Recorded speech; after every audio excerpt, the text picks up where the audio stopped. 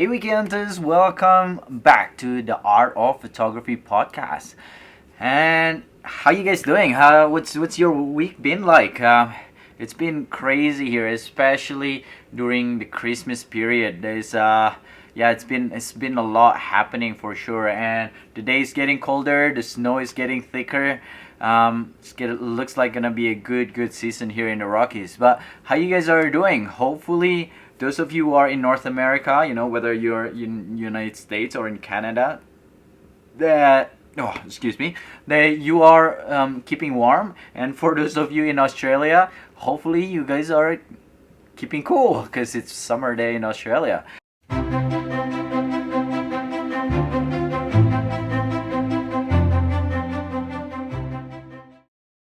Um, yeah, and today I want to talk to you a little bit about my conversation with Dunna. And as a YouTuber, you need to stand out, and Dunna did just that to grow his audience to, I think it's hundred thousands of followers now, or subscribers, I should say, in YouTube. So in order to do that, obviously you need to be able to stand out. And I think I want to chat a little bit about what he mentioned there, and he gave us a really strong, really good advice on for those of you who kind of just started and want to just start it. First of all, he talked about priority. Now, he doesn't only talk about priority on the things that he creates, but also the thing that he learns. When I was chatting with him, you could hear that when you go through his Instagram, you could see there are faces in his photography, and it is there because for the main, for the most for the main reason that he just learned that technique and he is focusing on that particular technique.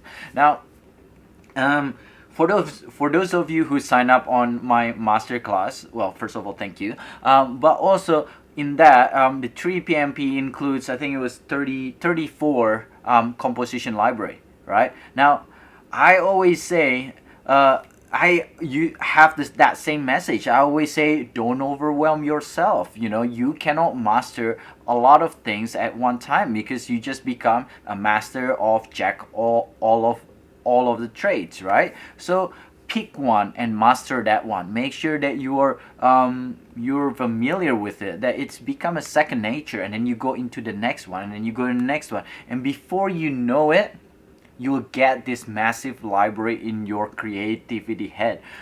But if you just skim through it and just go through all of them without mastering them, it will never actually be there permanently, because you will forget it. You will not be able to retain this. So first off the bat, focus on one thing at a time. Was it whether or not it's mastering your vision, mastering your camera, or post processing? Think about the one thing that you really want to improve in photography first, right? And then from there, you can, once you have that, you can go to the next one. You will never forget that once you master it. But from there, Donna talk about it's okay to kind of follow others, to copy other people in the beginning. That is the keyword, in the beginning. When we first started, we kind of just do it because we love it, we enjoy, we like that self-fulfillment. But a lot of that come from self-expression as well. So if you keep following what other people do, then you will lose yourself and you will not enjoy this journey.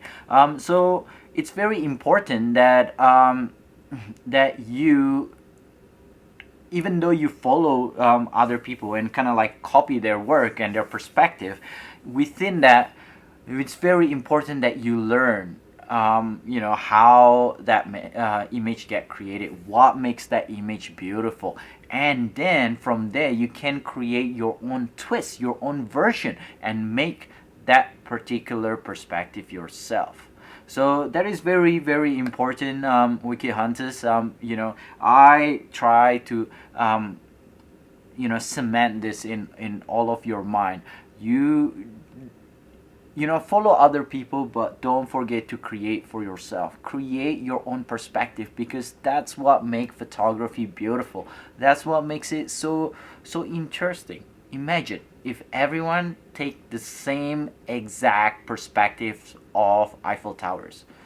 I wouldn't even want to see any photos anymore, because I know I'm expecting the next one. But by creating one from your own perspective, you can create something unexpected, something very unique, right?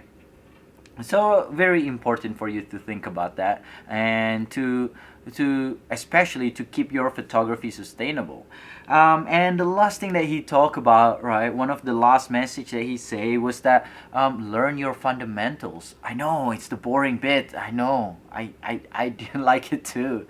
I was probably just like most of you. I just jump into how to capture this beautiful star with the Milky Way, and have the moon there, and but at the end of the day, I got overwhelmed, and I didn't get started for a little while, because I know, like, I just can't piece it all together in my mind. But if I were just to learn the basic, I'll learn that exposure triangle, I'll learn that composition, and try to mash them together. As soon as I look at how other people kind of take it, I understand the strategy behind it, right? The framework behind why that photo is beautiful, and then I can create my own twist out of it and create something that is more unique. And at the same time, I shot a lot of photography genre. I shot from portrait, high fashion, landscape, wildlife, sports, action.